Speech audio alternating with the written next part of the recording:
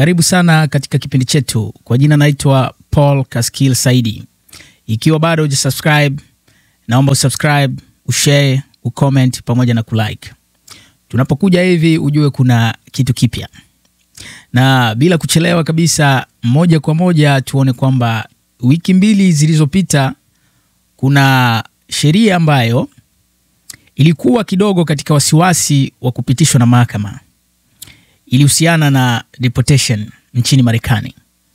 Ni kwamba kulikuwa kidogo purukushani ikiwa Trump administration ikija kuwaonyesha watu kwamba kuna sababu ama kuna faida, na walifanya hiyo kampeni kwa sababu waliona kwamba Amerika kwanza, ina maana wa Marekani kwanza.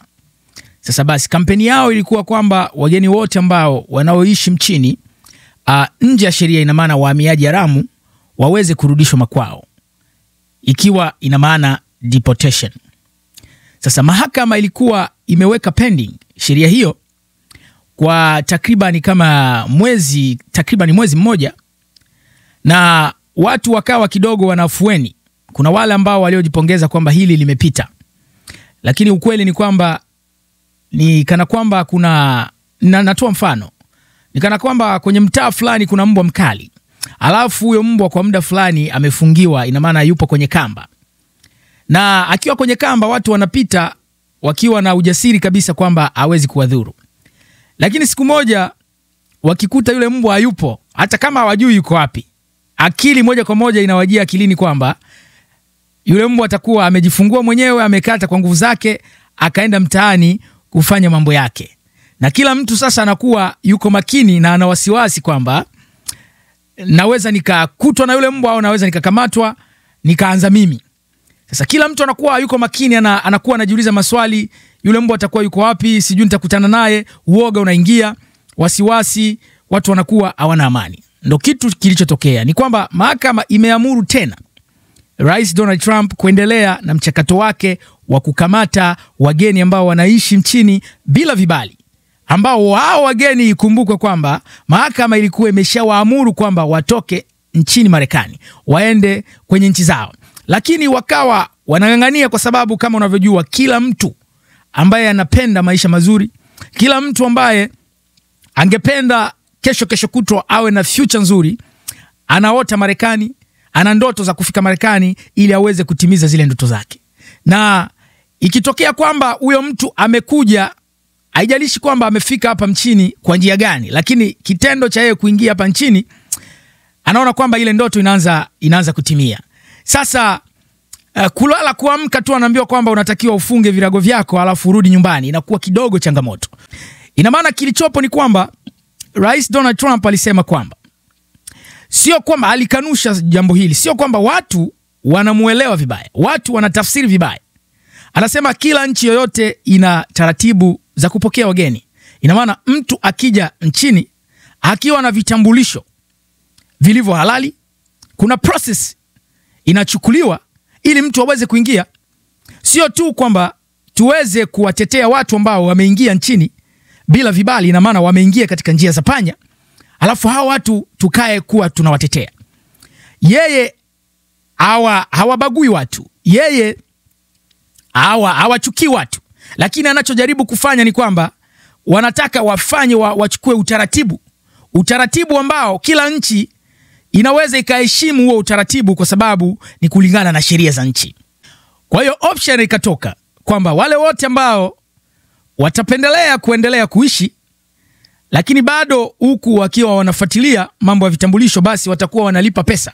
Ina maana watakuwa kuna kiwango ambacho wamewekewa, kama sio 900 basi itakuwa 500 kuilipa kila siku ili uweze kuendelea kuishi Marekani. Ikumbuka kwamba huko nyuma kwamba Donald Trump alivyoingia alikuja na kitu kinachoitwa gold card. Hiyo gold card alisema itakuwa inauzwa kwa watu ambao wana uwezo kidogo. Ina maana itakuwa inauzwa takriban milioni 5 ya dola. Na nafikiri mtu kama mimi na wewe, sijui, lakini mimi kwangu naona ni nyingi, siwezi kuafford. Lakini kuna watu ambao wanaweza kuinunua na wanaweza kuishi Marekani. Sasa basi akasema Marekani ni nchi ambayo inapenda watu wanaokuja kuwekeza.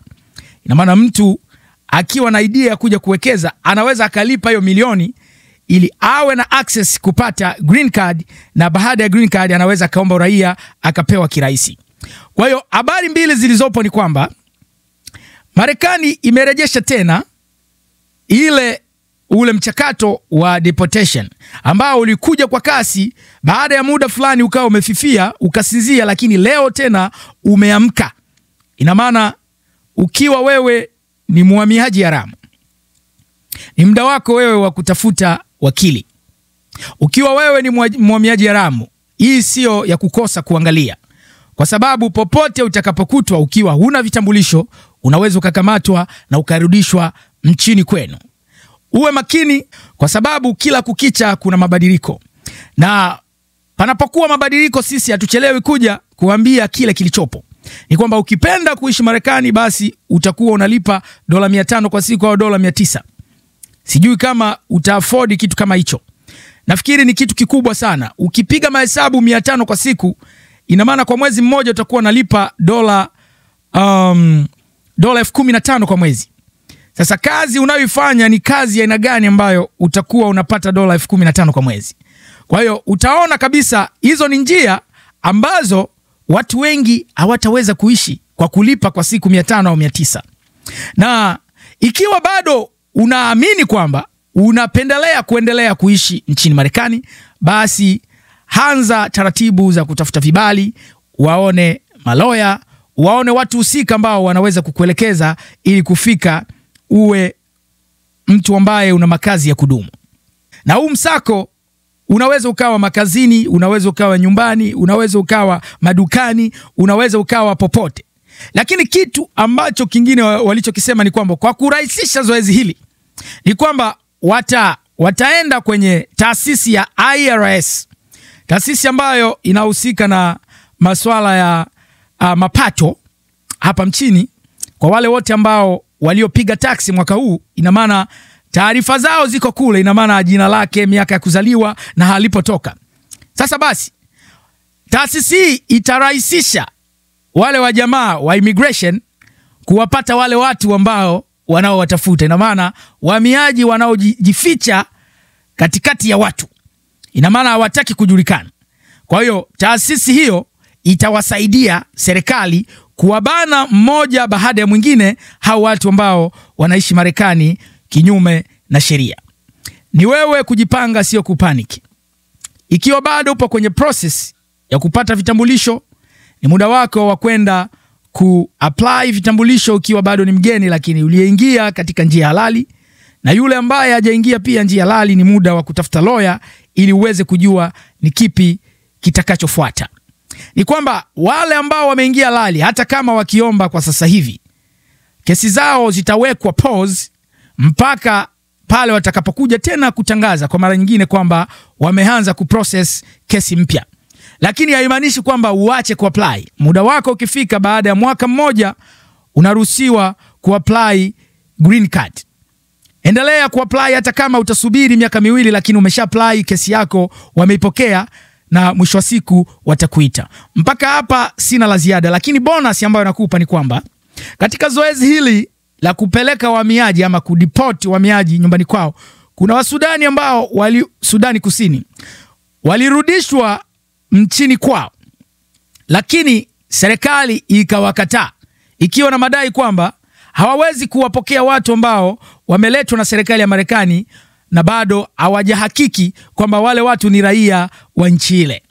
Kwa hiyo kati ya serikali ya Sudan na serikali ya Marekani kuna mvutano kidogo kuhusiana na swala kwamba serikali ya Sudan ilikataa katu kuwachukua wale wahamiaji haramu waliofukuzwa Marekani ambao walikuwa wanaishi kinyume na sheria. Ikiwa bado hujasubscribe, naomba usubscribe. Ikiwa bado like, comment ili niweze kujua maoni yako, na pia share video hii. Mpaka hapa sina la ziada. Bye bye. Tutakutana katika video inayokuja.